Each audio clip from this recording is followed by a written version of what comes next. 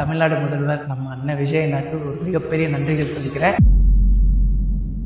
என்னோட சொந்த ஊர் வந்து பார்த்தீங்கன்னா வெள்ளியங்காடு, கோயம்புத்தூர்ல ஒரு குக்கிராமம். இந்த கிராமத்துல வந்து பண்ண ஒரு டாஸ்மாக் இருக்கு. இந்த டாஸ்மாக்னால இங்க பல குடும்பங்கள் சீரழிறாங்க.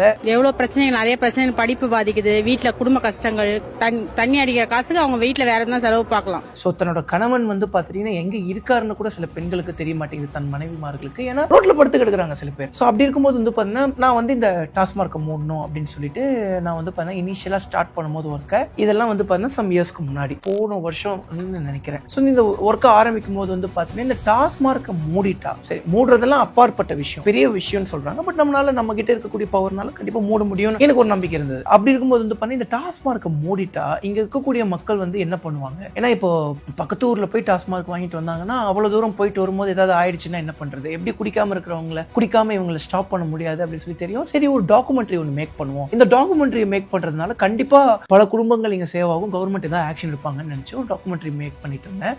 ஸோ அப்படி இருக்கும்போது இந்த டாக்குமெண்ட்ரி ஃபுல்லா ஷூட் பண்ணி முடிக்கிறதுக்குள்ளேயே வந்து பார்த்தீங்கன்னா நம்மளோட கவர்மெண்ட் வந்து பார்த்தீங்கன்னா ஸ்கூல் பக்கத்துலயும் கோவில் பக்கத்துலயும் இருக்கிற டாஸ்மாக் மூட சொல்லிட்டாங்க. இந்நிலையில் தமிழகத்தில் கோவில்கள், பள்ளி, கல்லூரிகள் அருகே உள்ள டாஸ்மாக் கடைகளை மூட முதலமைச்சர் விஜய் உத்தரவிட்டுள்ளதாக தகவல் வெளியாகியுள்ளது.